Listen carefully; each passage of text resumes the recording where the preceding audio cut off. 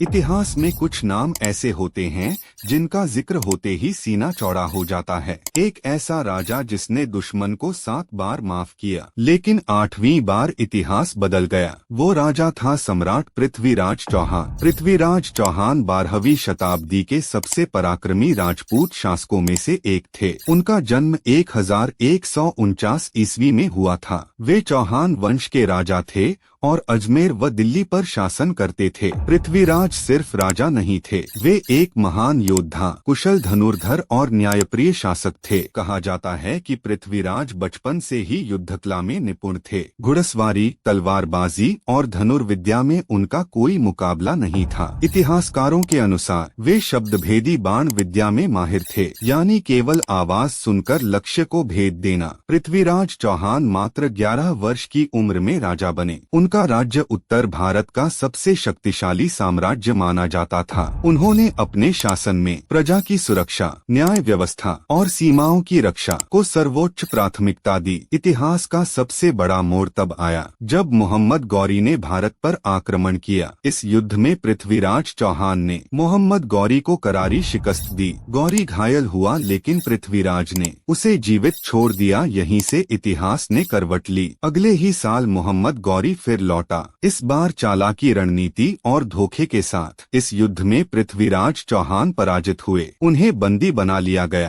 अंधा कर दिया गया, पर आत्मा नहीं टूटी। कहा जाता है कि पृथ्वीराज चौहान की आंखें फोड़ दी गईं, लेकिन एक सच्चा योद्धा आंखों से नहीं हौसले से देखता। एक सभा में मोहम्मद गौरी ने पृथ्वीराज का अपमान किया। तभी पृथ्वीराज ने आवाज सुनकर तीर चलाने की अनुमति मांगी। जैसे ही गौरी बोला, पृथ्वीराज ने तीर छोड़ा और सीधे गौरी के सीने में। इसके बाद पृथ्वीराज चौहान वीरगति को प्राप्त हुए, लेकिन उन्होंने यह साबित कर दिया कि राजपूत कभी हारते नहीं, या तो जीतते हैं या अमर हो जाते हैं। पृथ्वीराज चौहान आज भी साहस, सम्मान और स्वाभिमान का प्रतीक हैं। उनकी कहानी हमें सिखाती है कि दया और वीरता में संतुलन न हो तो इतिहास क्रूर हो जाता है। जब तक भारत की धरती पर वीरता की बात होगी, पृथ्वीराज चौहान का नाम अमर रहेगा। जय हिंद, जय भारत।